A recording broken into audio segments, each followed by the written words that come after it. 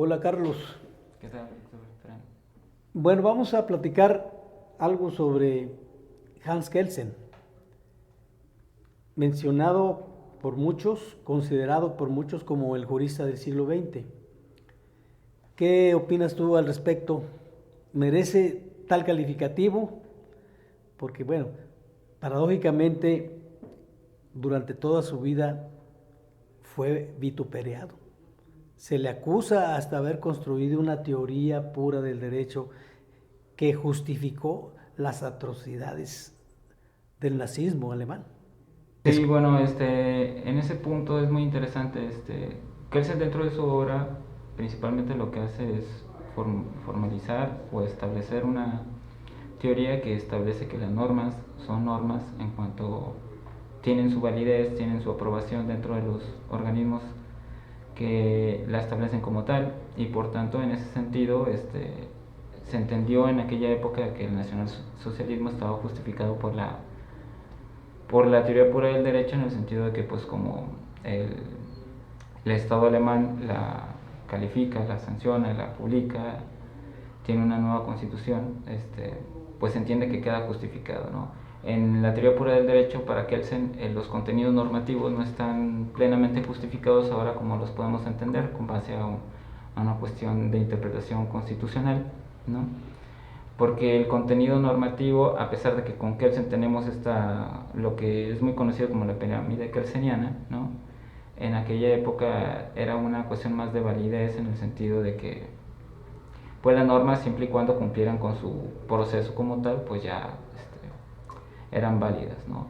En ese sentido, Kelsen pues sí se queda un poco mal frente a la academia, porque pues bueno, se entiende que la teoría pura del derecho valida cualquier contenido normativo sin analizar a fondo lo que es la norma, ¿no?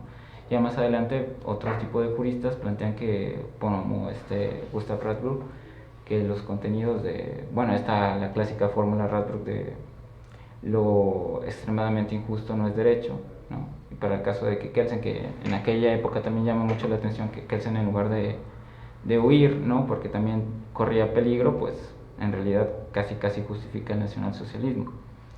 En ese sentido, pues podríamos preguntar precisamente, pues, ¿por qué sería Kelsen el jurista del siglo XX teniendo como este antecedente, ¿no? ¿Qué más nos podría decir usted? Kelsen es muy claro desde el primer capítulo y en los primeros párrafos de su libro Teoría Pura del Derecho, en que el derecho se ocupa del derecho positivo en general, no del derecho específico de una determinada nación. En ese sentido, dice que el objetivo de la ciencia jurídica es describir lo que el derecho es, no cómo debe ser el derecho. Y lo que él procura es determinar qué es derecho, qué es al margen de los factores que influyen sobre su determinación, factores morales, éticos, religiosos, ideológicos, etcétera. Pero en ningún momento dice que, que todos estos factores no influyen sobre el sentido del derecho. Él lo que dice es que quiere determinar cuál es propiamente lo jurídico. Y obviamente se le ha acusado de que sacó la moral del derecho, que es a lo que tú te refieres. Indebidamente. Ajá. ¿Y que, dónde lo sacó? Yo no veo dónde lo haya sacado. Lo que él hace es determinar un objeto de estudio, porque queda muy claro en su teoría pura del derecho que en la interpretación que realiza el juez se filtran normas que no son propiamente jurídicas, sino la ideología del juez, la religión del juez, etcétera. O sea, Cuestiones metajurídicas. cuestiones metajurídicas que se introducen. Yo considero esto válido porque lo que busca Kelsen en esa lucha contra el justnaturalismo, que quiere imponer una moral universal, única, y claro, la que prevalece y la que defienden todavía mucho es la cristiana. Sí, como factor para darle un criterio de cientificidad al Exacto. derecho. Es lo que quiere decir que en el momento en que un contenido metajurídico, un valor se introduce en el derecho por el juez, que en realidad eso es lo que acontece en la vida, en esa medida ese juicio de valor, ese juicio subjetivo de valor se convierte en derecho. Entonces yo no veo que haya expulsado La cuestión moral. la cuestión moral. Ahora, pero sigue en pie la pregunta, ¿por qué él y no otros son considerados el jurista del siglo XX? Bueno, y yo agregaría varias cuestiones, ¿no? Sobre todo en nuestra cultura jurídica de aquí mexicana, a Kelsen le debemos mucho a partir de su teoría, ¿no? Como mencionaba anteriormente, la cuestión de la pirámide kelseniana, ¿no? Que no es de Kelsen, por cierto. No es de Kelsen, exactamente. Es de uno de sus discípulos. Sí. Bueno, adelante. Sí, el factor de cómo Kelsen podría ser considerado como un antecesor a lo que es el Estado constitucional de derecho, principalmente porque pues también dentro de su vida contribuye con la Constitución de Viena, la nueva Constitución de Viena. También le debemos a Kelsen el Tribunal Constitucional, que es una pieza clave dentro del Estado constitucional. Su obra sobre el valor de la democracia, publicada en 1920 o 21, no recuerdo bien.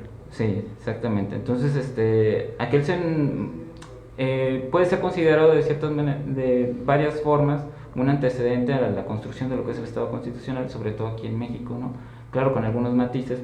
Por ejemplo, pues en el Tribunal Constitucional, él planteaba un tribunal que fuera aparte del Poder Judicial, ¿no? Aquí en México tenemos que la Suprema Corte es el Tribunal Constitucional y que forma parte del Poder Judicial, ¿no?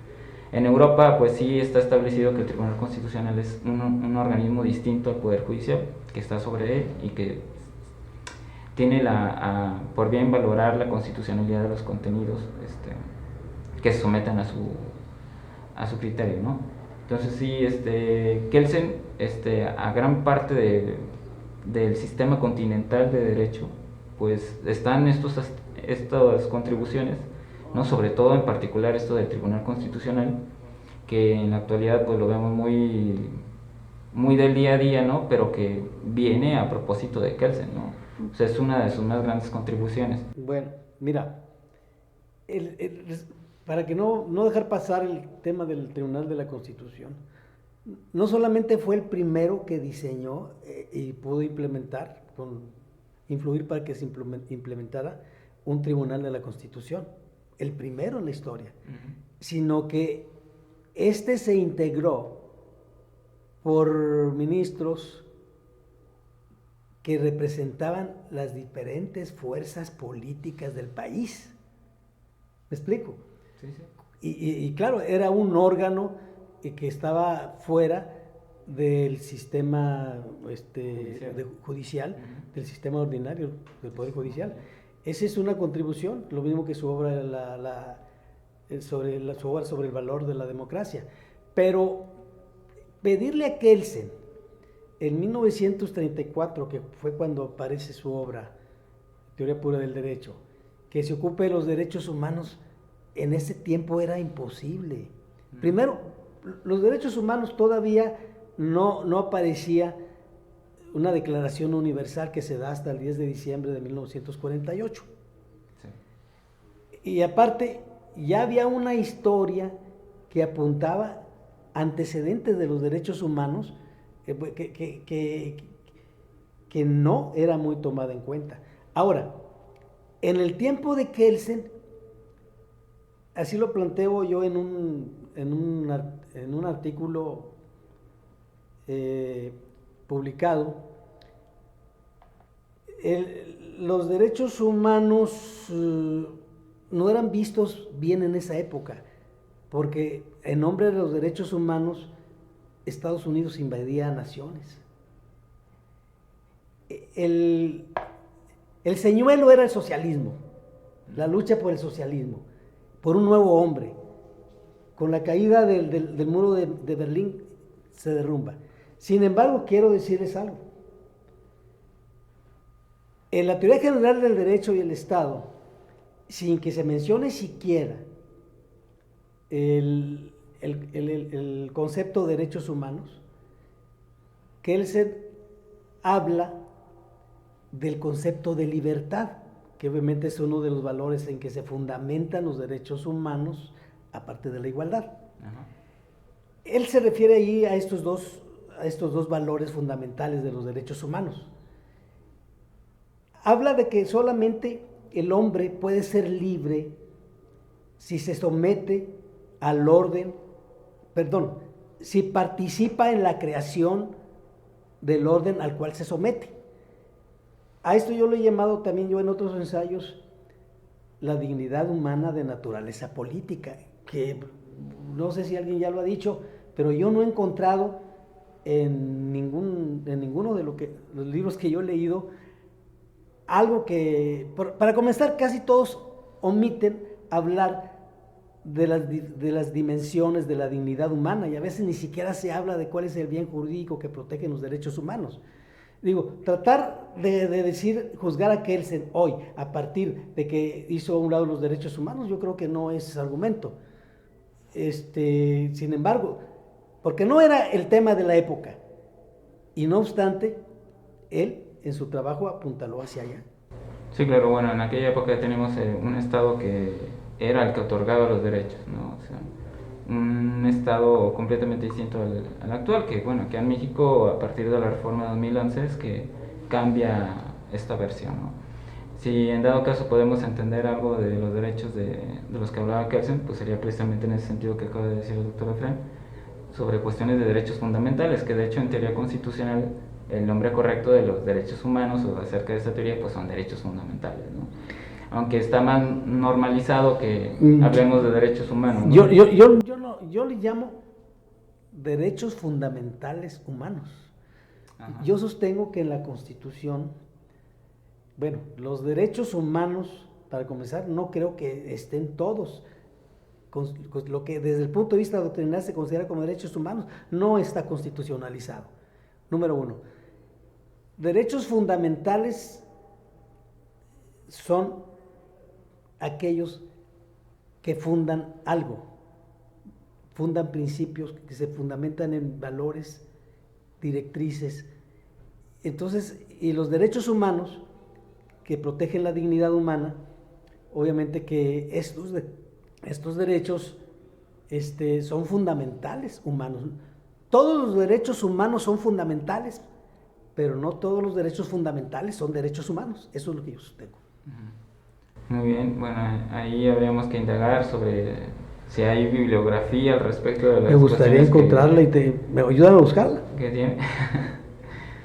Bueno, pues ahí podríamos estar revisando algunas cuestiones, algunos trabajos, si es que hay recientes, para pues a ver si nos arrojan un poco de luz sobre las inquietudes del doctor Efraín, ¿no? Pero bueno, ya para concluir y ir terminando este ejercicio, ¿qué podríamos decir acerca de esta etapa de Kelsen que marca Mario Lozano, sobre que parte de un logicismo, que el logicismo se encuentra en la segunda edición de la Teoría Pura del Derecho, que es la que nos llega a nosotros por primera vez en español, y cómo hay un desliz o un derrumbamiento sobre toda esta cuestión, sustento lógico que tiene el derecho, se viene abajo por la teoría general de las normas, que es una acusación, o bueno, no una acusación, pero sí es un señalamiento que hace Mario Lozano respecto a cómo la teoría pura del derecho tiene un punto de quiebre que él se aparta por completamente de las cuestiones netamente lógicas, científicas que le daba en su teoría pura del derecho, para empezar a introducir otro tipo de cuestiones que para Mario Lozano lo califica como irracionalismo. Del racionalismo al irracionalismo. Bueno, Mario Lozano dice que es logicismo. Bueno, del logicismo sí, el logicismo y racionalismo, pues es... Bueno, por ahí como sinónimos. Uno de sus... no sé si sea su... Bueno, pero un conocedor que es Luis Recasés Siches mencionaba que tiene un capítulo dentro de su Tratado General de Filosofía del Derecho. Tiene un apartado cuando habla sobre la cuestión de la interpretación, que para los lógicos la lógica en sí simplemente es aquella que la encontramos en la lógica formal, ¿no? Pero Sitges menciona que, Recasé Sitges, perdón, menciona que hablar de lógica no solamente es eso, o sea, hay más cuestiones. Claro, hay otras lógicas. Además, la lógica no es lo único que nos conduce a la verdad. Exactamente. Bueno, pero comúnmente tenemos esa es la idea. Ese tipo de cuestiones, ¿no? Cuando nos alejamos un poquito de las cuestiones netamente lógicas formales, de inmediato sale esa etiqueta que califica como irracional, como ilógico, con calificativos que no tienen nada que ver con la lógica, ¿no? Dice, antes de dar respuesta a tu pregunta para cerrar esta plática, dice Nietzsche que la lógica fue inventada como un procedimiento para facilitar la comprensión de algo. Sí, y luego fue considerada como único criterio de verdad. Sí, en verdad y mentira en el sentido extramoral, ¿no? Sí, me parece muy importante esa parte. Bueno, mira, yo creo que todos los grandes pensadores, como lo fue sin duda Kelsen, y como lo fue Karl Marx, como lo fue Heidegger,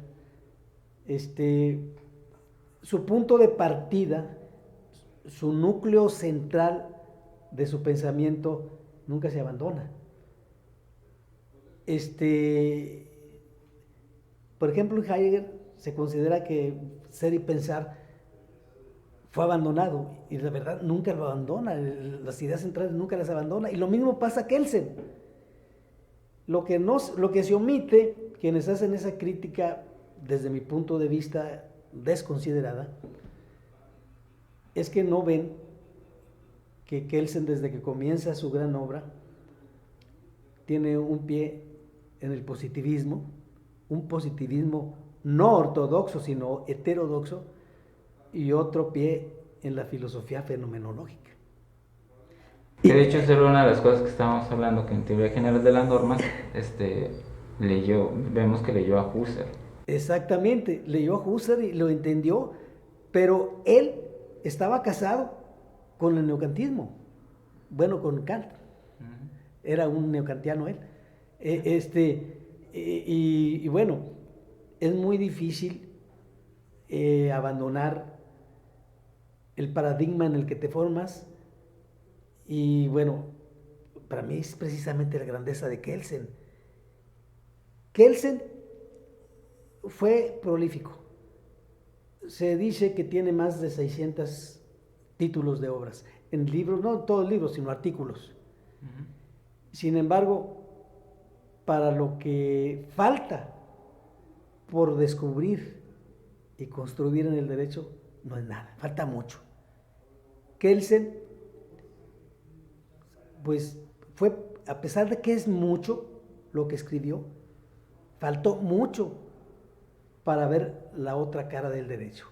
Por eso él plantea el problema del derecho desde la perspectiva de una estática jurídica, que es donde se ve la armonía, donde se ve el sistema kelseniano y se admira porque cumple con el canon de cientificidad de los modernos. Ahí estamos ante una lógica de la que estábamos hablando, una lógica formal. Pero el mundo, para su comprensión, pide también una lógica informal. ¿Me explico? Sí, claro, que eso ya lo encontramos del lado de la dinámica jurídica. La dinámica jurídica, que lamentablemente no le alcanzó la vida para terminarla. Yo sí creo que Kelsen, un jurista que sin antecedentes familiares y teniendo una vida de lucha dentro de la democracia, sí merece ser considerado como el jurista del siglo XX, y yo con eso termino. Muy bien, bueno, pues bueno, para agregar un poquito más sobre la teoría general de las normas, esta nace a partir de un debate que tiene con Ulrich Klug, ¿no? Sobre la lógica, sobre si existe realmente la lógica jurídica, ¿no? Que ciertamente no existe. Lo que existe es una lógica deóntica o lógica de enunciados normativos. Sí, en aquel entonces ambos incluso coincidieron en que no existía la lógica jurídica como tal. Sin embargo, hay que también tener en mente que Ulrich Klug era un lógico alemán que estaba planteando una nueva lógica, ¿no? Él llega a sostener dentro de su texto irónicamente más identificativo que tiene, que es lógica jurídica, así se llama. Llega a decir y a sustentar una nueva lógica, ¿no? Dice que las normas jurídicas son proposiciones de proposiciones, ¿no? Introduce también dos nuevos criterios que tienen que ver con la lógica, ¿no? Lo probablemente verdadero y lo probablemente falso, que son dos mecanismos introducidos que antes del debate que tenían con Kelsen, únicamente existían los dos criterios, ¿no? De o es verdadero o es falso. La lógica formal así lo sostiene. Pero ni siquiera es eso, porque, Sí, porque las normas jurídicas no son verdaderas ni falsas. son correctas o incorrectas. Sí, exactamente. Bueno. Pero ahí está la corrección y la introducción de Ulrich Klug, Sí, diciendo que las normas jurídicas son proposiciones de proposiciones. bueno, Pero bueno, coincido con usted en que Kelsen sí merece, aunque bueno, eso ya dejemos para otra ocasión, respecto a qué diferencias pueden tener frente a otro rival que tienen, ¿no? Que está sobre la mesa, que es Herbert Hart, ¿no? Que también se acerca mucho, o por algunos es considerado como un jurista muy importante del siglo. sí, sin duda lo fue, pero sin duda también es un continuador del trabajo de Kelsen. Porque, Sí, lo dijo, de hecho. porque el primero que plantea, bueno, en el siglo XX, el problema de la indeterminación del derecho, pues fue Kelsen, el mismo que habla Hart con la textura abierta. la ¿no? textura La abierta. textura. Bueno, Sí, ahí habría que agregar un poquito más cosas, pero bueno, por el momento lo dejamos hasta aquí. Muchas- Y bueno. pues ya en futuras... pues muchas gracias al Centro de Investigación Martínez Arrieta, Ujú. y muchas gracias a quienes Hacen tienen la posible todo amabilidad esto. de escucharnos, y esperamos sus comentarios.